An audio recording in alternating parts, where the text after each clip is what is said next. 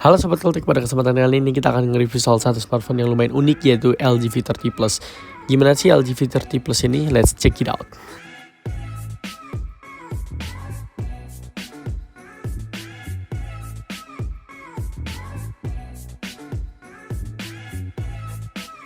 Ya, untuk spesifikasinya smartphone ini menggunakan Snapdragon 835 dengan fabrikasi 10 nanometer dan dibekali 6.0 inch OLED display, ada fitur Always On Display, Corning Gorilla Glass 5, memiliki NFC, tapi hanya menggunakan mono speaker, masih ada headphone jack dengan HiFi quad deck, ada wireless charging dengan baterainya sekitar 3300 mAh battery dan fast charging hingga 18 watt. Yang unit saya pegang ini mungkin ada sedikit minus, yaitu ada dead pixel di bawah kamera depan yang menurut saya ini juga tidak terlalu mengganggu lah ya dalam menggunakan smartphone. Hadirnya fitur fingerprint di belakang smartphone ini menurut saya menjadi nilai plus bagi LG V30 Plus ini. Karena bagi kalian yang sering masih menggunakan masker, fitur ini masih sangat ngebantu dibanding kalian menggunakan face recognition. Ya, bagian kanan smartphone ini hanya terdiri dari satu port, yaitu port SIM tray. Bagian kiri dari smartphone ini juga hanya terdiri dari satu tombol, yaitu volume button. Ya, bagian bawah dari smartphone ini terdiri dari 3 lubang, yaitu mikrofon, Type-C port, dan speaker. Bagian atas dari LG V30 Plus ini terdiri dari satu lubang, yaitu lubang headphone jack yang sudah support HiFi quad deck. Ya, sebenarnya HP ini sudah menggunakan NFC support, tapi entah kenapa di unit saya ini NFC-nya sedikit bermasalah. Ya, karena LG V30 Plus ini masuk ke golongan mantan flagship, jadi smartphone ini masih mendapatkan panel AMOLED yang menurut gue ini masih sangat oke banget kalian pakai di tahun 2022. Ya, smartphone ini sayangnya memiliki refresh rate yang mentok, yaitu sekitar 60 Hz, yang dimana sekarang smartphone rata-rata memiliki refresh rate minimal sekitar 90 Hz atau bahkan bisa sampai 120 Hz. Sayangnya Androidnya mentok di Android 9 yang menurut gua cukup disayangkan ya, karena di Android 10 tuh ada fitur dark mode yang lumayan kepake. Ya, panel OLED dari LG ini menurut gue udah lumayan bagus, untuk detailnya dia udah lumayan tajam dan warnanya juga udah lumayan vibrant, layaknya panel AMOLED pada smartphone Samsung lah ya. Dan gue juga udah ngeliat dari beberapa view angle dan lumayan hasilnya juga menurut gue cukup memuaskan lah ya. Ya, nilai jual dari LG V30 Plus ini yaitu dari segi audionya. Smartphone ini masih dibekali dengan headphone jack yang sudah support HiFi quad deck yang menurut gue ini dari suaranya ajib banget dan cocok ya buat kalian yang suka denger lagu.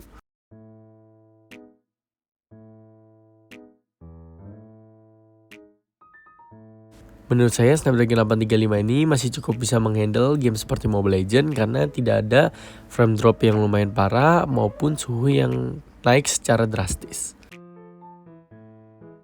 Ya, untuk Mobile Legends 5 menit practice baterainya tidak berkurang sama sekali dan ini menurut gue cukup impresif. Ya, sekarang kita pindah ke speaker test. HP ini hanya dibekali mono speaker yang menurut gue ini cukup ketinggalan zaman ya, dimana semua smartphone sekarang menggunakan stereo speaker.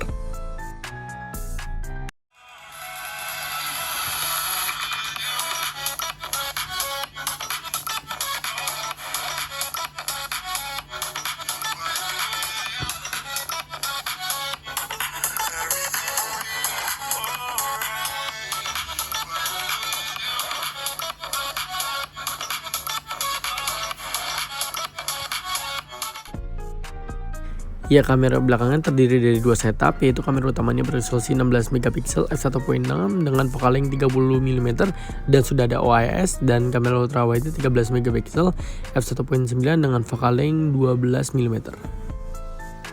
Ya, sekarang kita pindah ke selfie kameranya yang beresolusi 5 megapiksel f2.2 dengan focal length 22 mm yang dapat merekam video maksimal sekitar 1080 30 fps.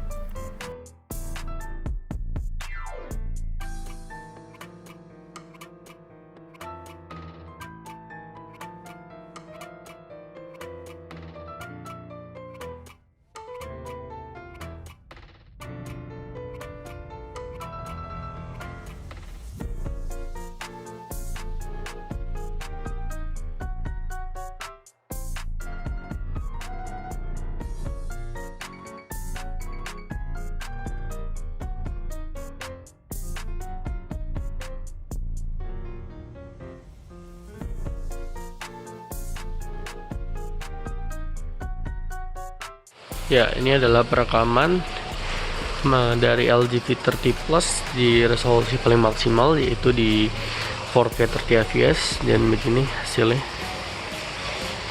Menurut gue hasilnya udah lumayan bagus. Dia bisa mengatur terang gelapnya dan cukup balance dan bagus ya. Ini untuk kita daun.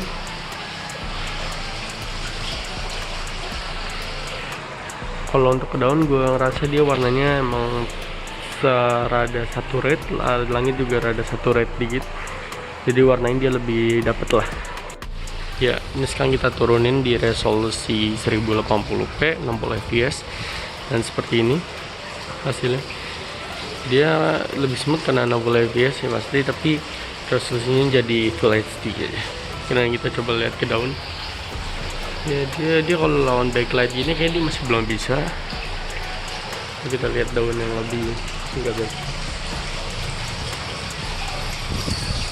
Dari warna daunnya ini udah lumayan bagus. Kita coba detail ya. Dan menurut gua hasilnya udah lumayan cukup sih.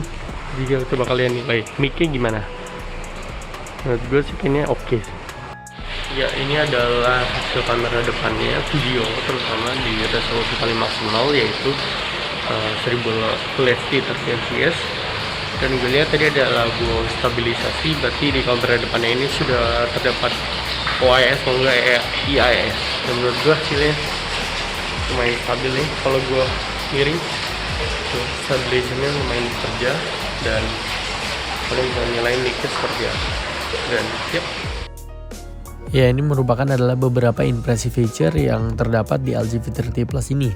Yang pertama yaitu adalah Sync Video. Oke, Sync Video ini adalah suatu feature yang dikembangkan oleh LG untuk memudahkan kalian untuk meng-zoom dengan cara men-tracking sebuah objek.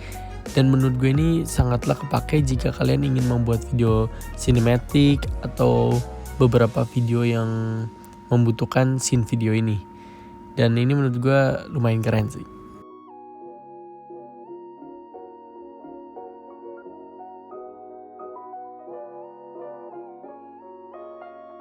Ya, impressive feature yang kedua yaitu di bagian fingerprint yang menyatu dengan power button.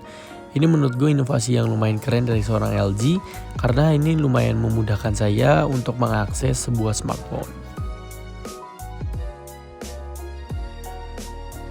Ya, impressive feature yang ketiga adalah headphone jack. Ya, headphone jack di sini juga bukan sembarang headphone jack, guys. Dia sudah support HiFi quad deck dan sudah di-tune up oleh perusahaan audio ternama yaitu Bang & Olufsen.